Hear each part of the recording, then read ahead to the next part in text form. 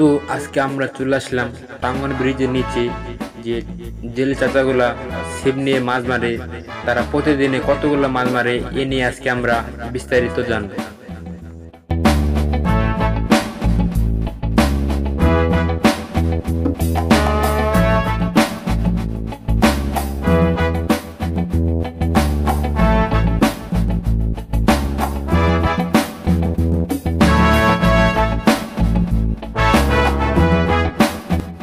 তাহলে চাচার কাছ থেকে আমরা শুনবো। তো চাচা, আপনার সারাদিন এখানে মাছ মারেন কতগুলা?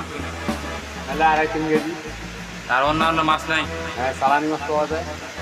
মানে সারাদিনে মাছ 3-4 কেজি হয় নাকি? হ্যাঁ, হয়। আচ্ছা, উনি বললেন সারাদিনে নাকি 3-4 কেজি মাছ মারে। দেখি আরেকজন চাচা কি বলে।